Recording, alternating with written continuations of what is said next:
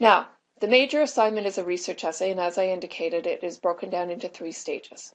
You may choose a topic that interests you, as long as it is one for which you can find adequate scholarly sources. Remember, this is a research essay, not an opinion or an editorial piece. This means that you must have a minimum of 5 scholarly sources. So your topics may include anything that interests you. It can be something related to communications, it could be something related to education, whatever, as long as you can find a minimum of 5 scholarly sources. Once you've determined your topic, you must write a proposal and annotated bibliography. This will be the first stage and is worth 10% of your final grade. The second stage is the rough draft and peer review, including a video summary, 1-minute video summary of your main argument. After having your topic and sources approved, you'll write a rough draft that will be peer reviewed. Okay, this is important. You must participate in the peer review process as well as write a rough draft of your own essay in order to receive a grade for this stage.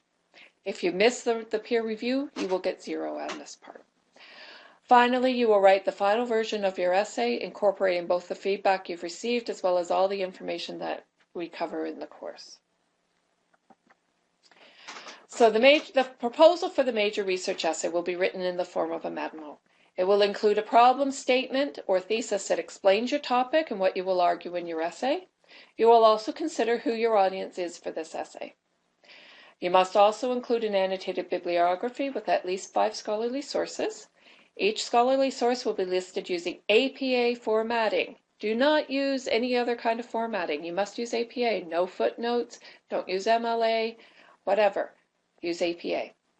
Following each source will be a 50 to 100 word annotation describing the source and how you will use it in your essay.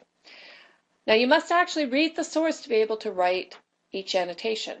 You must not copy the abstract. The annotations must be written in your own words. If it's not written in your own words, it is considered plagiarism. Now all the full details in the rubric is posted on Blackboard, so make sure you read the rubric carefully to see how it will be graded.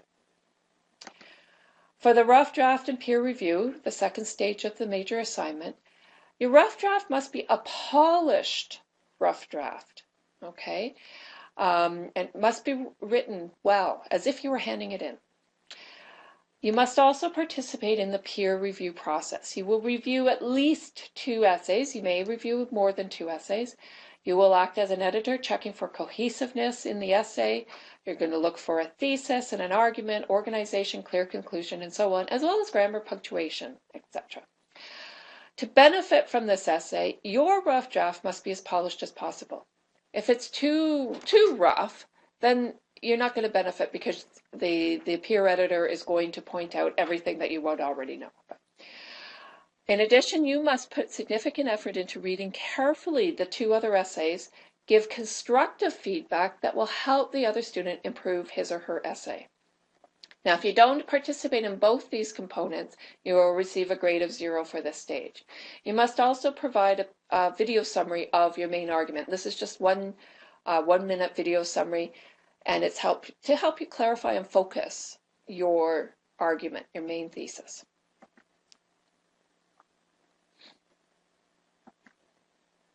Now, the final stage of the major essay is the final draft.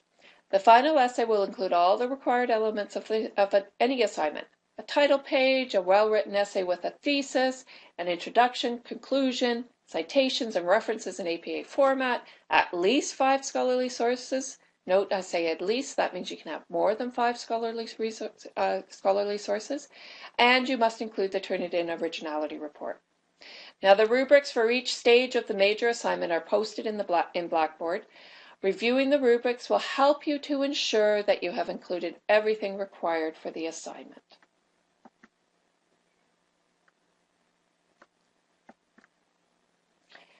There are 5 biweekly assignments, each worth 5%, for a total of 25%. These are short assignments intended to encourage regular writing and to develop the skills needed for good writing. Now, each biweekly assignment is tied to the learning modules leading up to the due date. So for the first biweekly assignment, you must do the readings on the writing process and rhetorical situations before attempting to write the assignment. The second biweekly assignment is a précis of an academic article. This will require you to read and understand the article, then provide a summary or précis of the article completely in your own words, i.e. no direct quotations are allowed. This assignment has a longer word count because of the nature of the assignment. And please note that detailed instructions for all of these assignments are posted in Blackboard.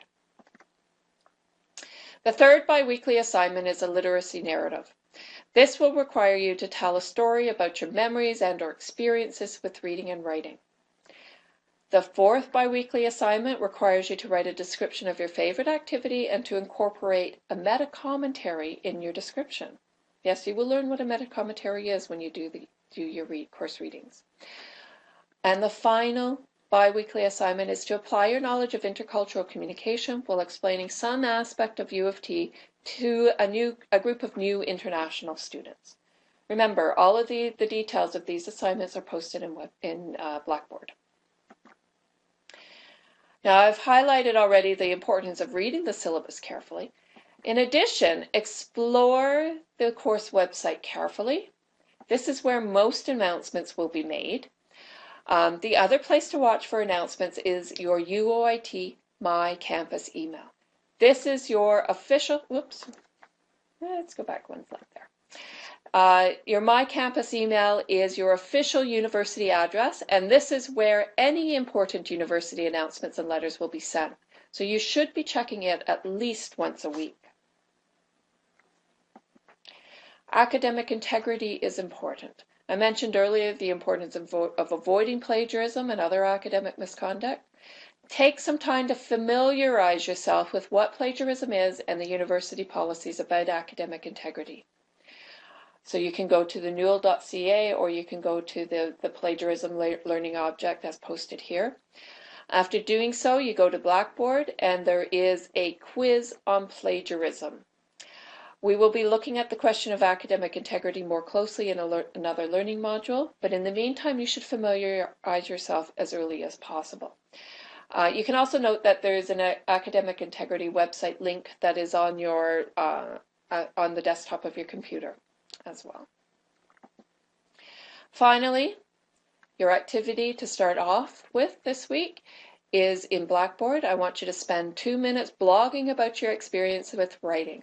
How often do you write? How did you learn to write? Is writing a joy or a struggle for you? And so on.